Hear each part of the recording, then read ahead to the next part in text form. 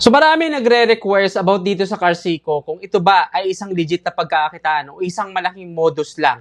No, para sa mga wala pang idea about sa Carsico, isa itong bagong kumpanya na nagpo-promote ng advanced technology pagdating sa autonomous vehicle o mas kilala sa self-driving cars na nakabase sa London, United Kingdom. Kiniklaim ng Carsico na sila ay gumagawa ng intelligence dispatch system, cloud platform para sa fleet management at iba pang AI-driven transportation solution. Ngayon, magandang pakinggan, pero ang tanong kasi dito, itong pagkakitaan ba ng Carsico ay marangal, legit ba o isang malaking scam lang? Pag-usapan natin yan.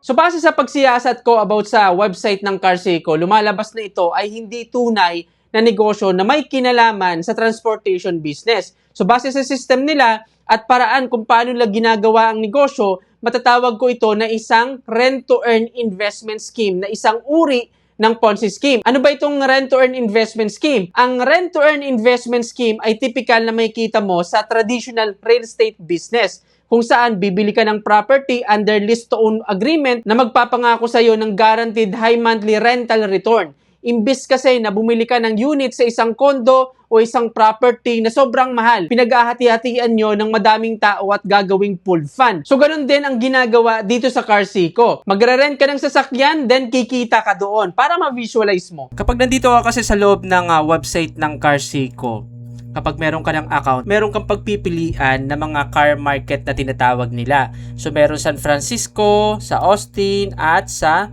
Yumeng. So dito, merong iba't ibang price about sa pag-rent ng car. For example, pag bago ka pa lang, pwede kang mag-rent ng walang binabayaran. Ang kikitain mo dito, ang estimated revenue mo dito ay nasa 60 to 96 pesos. 3 days mo itong gagawin. So dito naman sa 500 pesos na investment o sa rental na sinasabi nila pero investment to, ang kikitain mo dito ay nasa 750 to 780 pesos sa loob yan ng 30 days. So meron pang mas malaki dyan, pinakamalaki nasa 26,000, ang kikitain mo naman dito ay 41,600 to 42,900. Pero meron pang mas malaki dyan dito sa San Francisco kung saan ang investment mo ay nasa 85,000, ang estimated profit mo everyday ay nasa 1,800 to 1,900. Ang magiging profit mo dyan ay nasa 321,300 to 351,900. Ganun kalaki.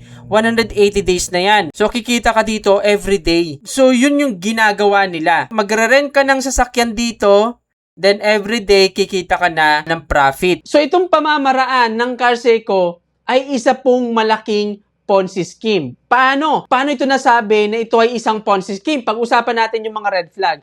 Unang red flag, napaka-imposible at hindi makatotohanan ang return of investment o ROI. Sinasabi nila, nakikita ka dito ng malaki araw-araw depende sa uupahan mong sasakyan. Bakit ito red flag? Sa totoong transportation business, hindi ganito nag-work kung paano kumita. Unang punto lang yon. Okay? Pangalawang punto, pumapata kasi na halos 2% ang tubo mo araw-araw. At kung kukumpitin natin yan, yung percentage ng kita mo araw-araw ay aabot ng 600% kada taon. Wala pong legit na negosyo sa buong mundo na makakapagbigay ng ganitong klase ng kita kahit pa sa pinakamalaking kumpanya katulad ng Tesla. Yung guaranteed profit kasi, tapos sasamahan mo pa ng maling business model, isang malaking sign po yan ng Ponzi scheme. So yung nakikita mo dito sa mga plan, ay isa pong uri yan ng Ponzi scheme. Yung perang kinikita mo lang dito ay nanggagaling sa pera ng mga bagong pumapasok na investor at sa pera mo lang din na pinasok mo pambayad sa mga naunang nag-invest. Walang transportation business na gagalaw lang kapag nag-rent ka as investor. Pangalawang red flag, walang totoong vehicle unit ang Carsico. Ibig sabihin, kapag nag-rent ka dito sa website nila, wala ka talagang sasakyan na inuupahan o pinag-i-investan na nakakapag-generate ng profit. Wala, kapatid. Ang Carsico ay isang dual layer Ponzi scheme. Anong ibig sabihin nito? Unahin natin yung illusion na hindi makita ng mga tao. Base ito sa pagtanong-tanong ko, pag-email ko sa mga kakilala ko, at pag-check ko sa pinapakita nilang documents. Yung sinasabi nilang AI at self-driving car company na nakaregister sa UK ay isang peke at unfunded na negosyo. Ibig sabihin, walang Carseco company na nag-i-exist. Nag-i-exist lang sila sa papel, pero wala talagang negosyo ang Carseco na connected sa AI at self-driving car company. Yung pinapakita nilang CEO, peking pangalan.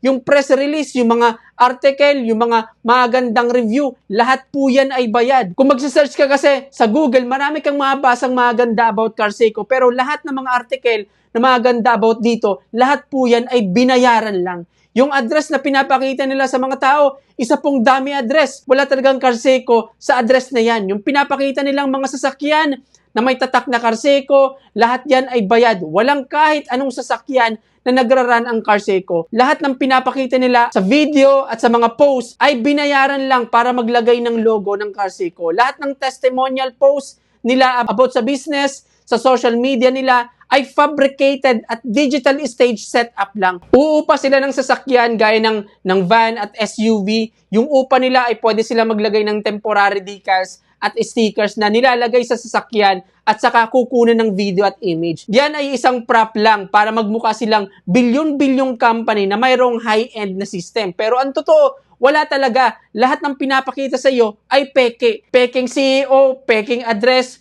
peking mga sasakyan, at peking system. Ngayon, pag-usapan natin yung system ng Carseco. Sinasabi ng company na mayroon silang intelligence driving system, mayroon silang advanced technology na fully autonomous futures, mayroon silang AI self-driving car. Maganda pakinggan, yes.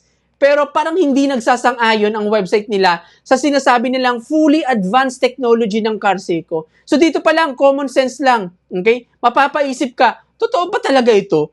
Tingnan mo yung website nila. Masasabi mo bang ito ay mayroong advanced technology, na mayroong AI, na mayroong intelligence driving system? Ito na ba talaga yung system na mayroong ganong ka-advance? Di ba? Kung na-gets mo ako, congrats. So kung hindi mo pa rin mag-gets, ibig sabihin, lahat ng mga gandang salita na nakikita mo dito na sinasabi nila ay wala pong katotohanan.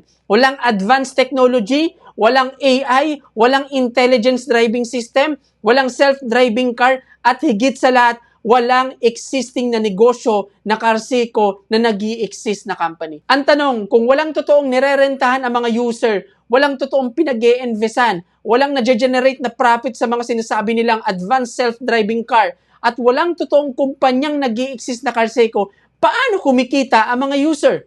Simple lang kapatid. Dahil sa pyramid scheme na hindi nawawala sa isang Ponzi scheme na activity na katulad dito sa Carseco. Ibig sabihin, lahat ng perang kinikita ng bawat isa sa plan, sa member level, sa referral, ay galing lang sa pera ng mga bagong member na papasok. Doon lang nanggagaling yung pera talaga. Yung pera na pumapasok galing sa bagong recruit ay pinagtatapa lang pambayad sa mga naunang member para magkaroon ng testimonials at may pumasok pa na maglalagay ng pera sa loob ng platform. Walang na-generate na profit kundi sa pera lang na pinapasok ng mga bagong recruit. Wala nang iba. So marami pong red flag dito sa Carseco para masabi na ito ay isang scam. Example, yung corporate registration nila, gumagamit sila ng jurisdictional arbitrage. Noong 2025, nagdeklara sila na ang puhunan nila ay 1 British pound lang. Yung address nila, dami o hindi totoo. Ngayon, gumawa sila ng bagong address na rented lang. Wala talagang totoong opisina. Nagbayad lang sila ng rented office para lang hindi sila mapasara. Para lang sa registration nila. Yung SEC registration nila dito sa Pilipinas, naka 1% corporation lang na naka-address sa Bataan. Kung totoong billion-bilyong global AI company ito, bakit pinapatakbo lang ng isang tao na nasa probinsya pa? So lahat na nandito sa Carseco ay hindi totoo. Ang review ko dito sa Carseco, ito po ay isang fake na company. Fake na AI self-driving car company. Ito ay isang Ponzi scheme at ito ay isang malinaw na pyramid scheme na lahat ng kinikita ng bawat isa ay galing lang sa pera ng mga bagong recruit. Kung titinan mo nga dito sa ating AI search engine extension, ang Carseco ay detected as a fraud. Okay? So kung nagbabalak kang pumasok dito, iwasan mo na yan dahil malaki ang posibilidad na isa ka sa mawalan ng pera dito at hindi kumita. Ngayon, ikaw naman yung tatanungin ko, ano yung masabi mo sa platform nito, dito sa company nito. So comment po sa baba ng video na to. So dito nagtatapos yung topic natin ngayon. Hanggang sa muli, I'm Neil Llanto. Bye-bye!